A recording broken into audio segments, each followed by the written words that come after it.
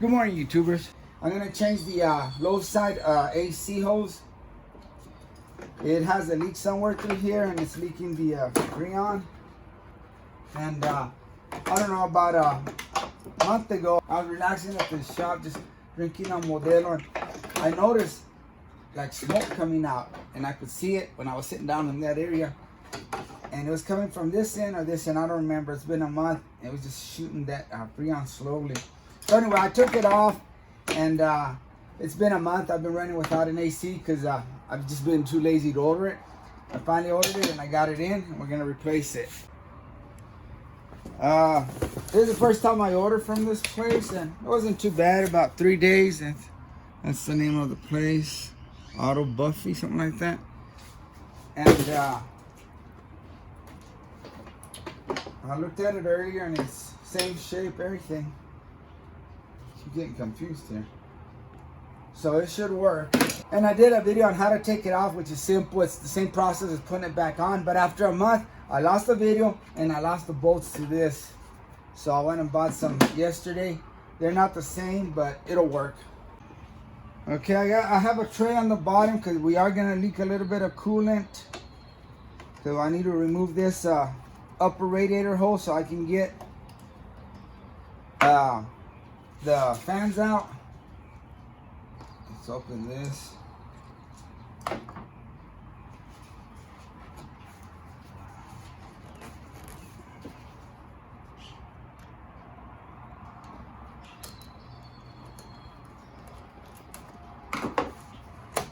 All right.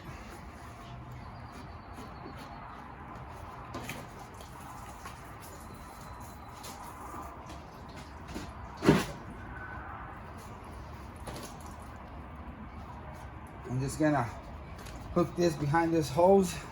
And like I said, it should be pretty easy. There's nothing to it. I'm just gonna have to unhook 1, 2 connections and these 10mm bolts right here too.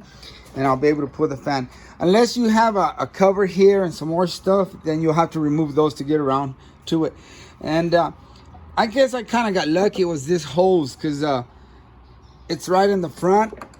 And it could have been this part where I would have to go back there, which isn't too bad, but it's a cramped area and disconnect it from down here. It'd be a little bit harder, but this one's pretty simple. Oh, by the way, happy 4th of July. Okay, I'll try to get this one first since it's right.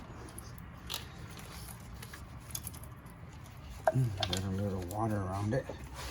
Now, just pinch your tabs. Just pinch these tabs. And you pull it out. Get the harness out of the way. Grab my ratchet. And like I said, we're gonna remove these 2 10mm.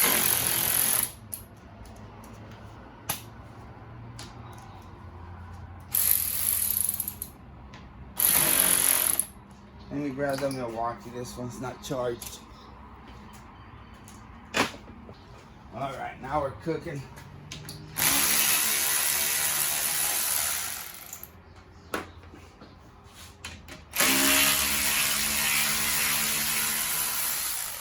Yeah, guys, remind me where I left these because I'll probably forget and I'll be looking all over the place. Need some time, precious time.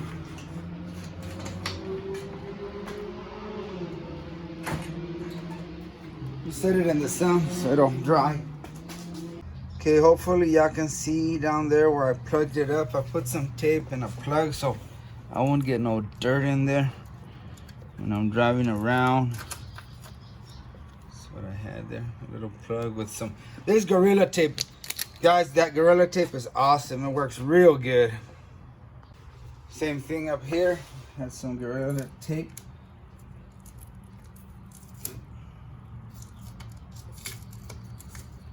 This stuff sticks real good. And it's not that bad to take off, but it sticks real good. All right, this is the tape.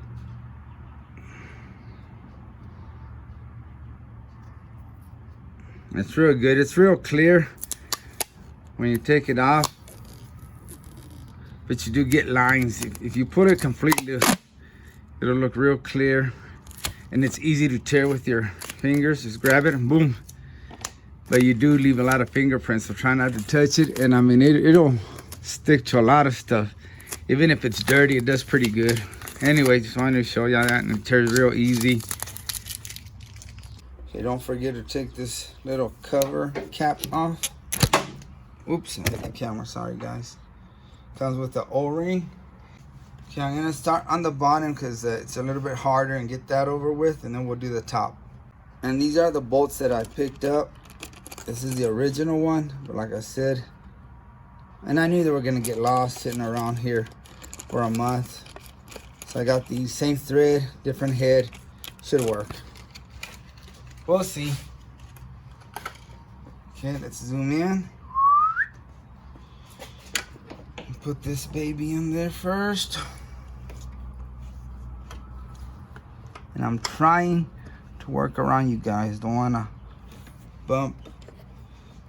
Sorry, I'm gonna have to move ya. Okay, I got the bottom one in. I haven't tightened it completely. Let's do the top one. And it's a good idea if you put, if you got a little bit of a Freon in here, just rub it on the seal. Shove it in there. Let's see if we're gonna have any issues with these bolts. Actually, these are better. They have a 13mm head on them, where the other one's one of those freaking hex heads and all that good stuff.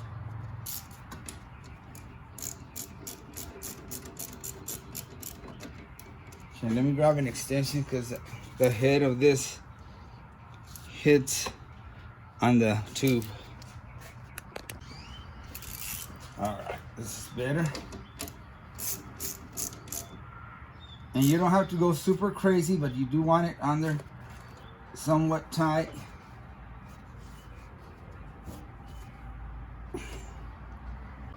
Okay, I do apologize, but some of these places, it's very hard to film. And I just dropped my camera. That camera's taking a beating. Okay, I'm gonna take it down there so you can see the bolt.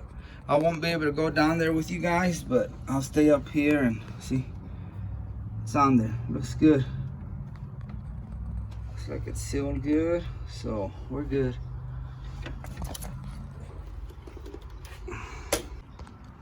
So it's that simple.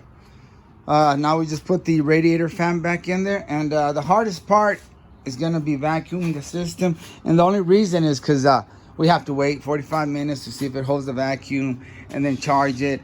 But it's not a bad deal. All right, let's put the radiator fans back on.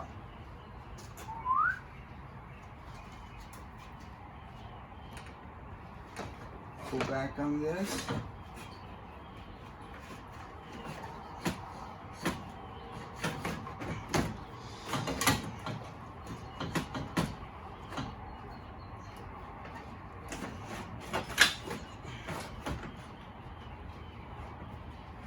Both kind of wants to get in your way now, but okay guys, where did I leave those bolts? Did I not tell you to remind me? There they are. Thanks guys, I knew I could depend on you.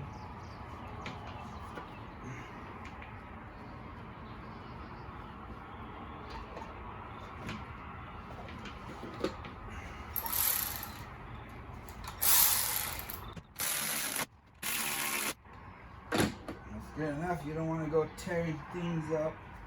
Okay, where's the connection? Just plug him back in. Do you hear a click? Yank on it, make sure it's in there. Make sure it's not rubbing anywhere. It's gonna tear up a connection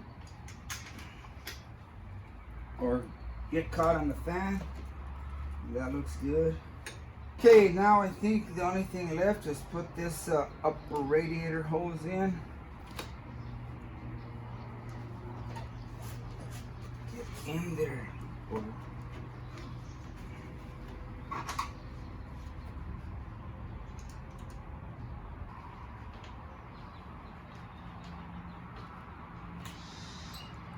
There we go. We'll add some coolant. Okay, YouTubers, I got it all hooked up, high side, low side. I'm ready to vacuum. I'm not gonna film all of this because this is a crappy manifold system right here. It's from Harbor and I always have a hard time with it.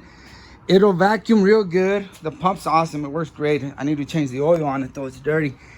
And but these manifolds, when I vacuum, it works great, but when I try to charge it, for some reason it clogs up. So there's different stuff I gotta do. I gotta play with it and get it to work, and it's just a pain in the rear, and I don't want to get you confused. So let's start the vacuum on this. All right, before I start the vacuum, I decided to go ahead and change that oil. It was pretty dirty. And guys, whenever you borrow something, this isn't mine, it's my brother's equipment. Whenever you borrow something, hook him up, man. They went through the trouble of lending it to you. I know it's summer and he's probably got customers, and I've got the pump over here.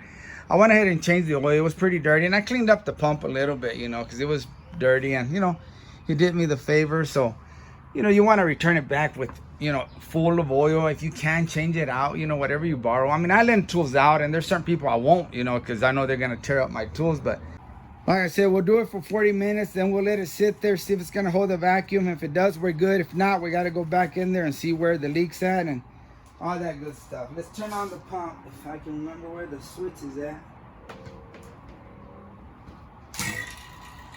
Okay, now I'm going to turn these ports on. You see the needle drop.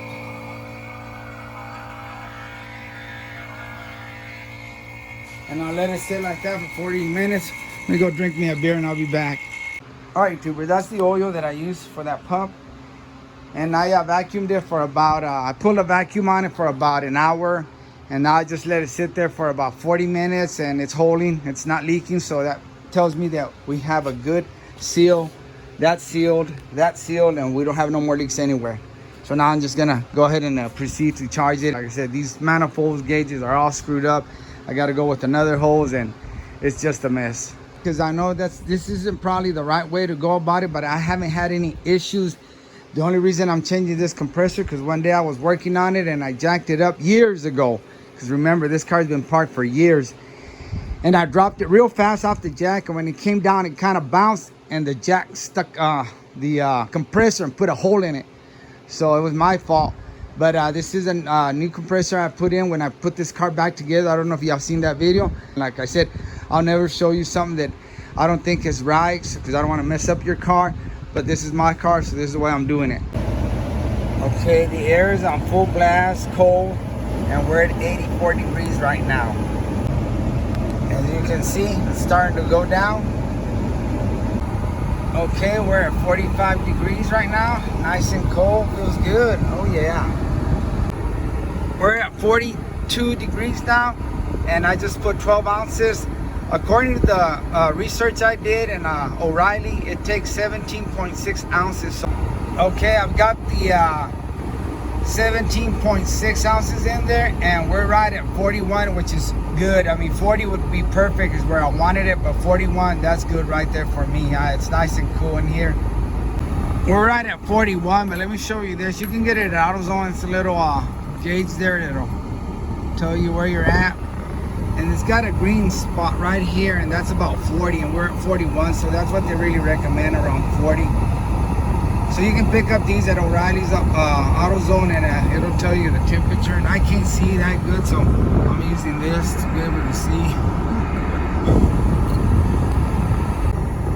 Let's see, I'm fluctuating from 41 to 42. I mean, it feels real nice and cold in here. It's real comfortable. I mean, it's comfortable in here.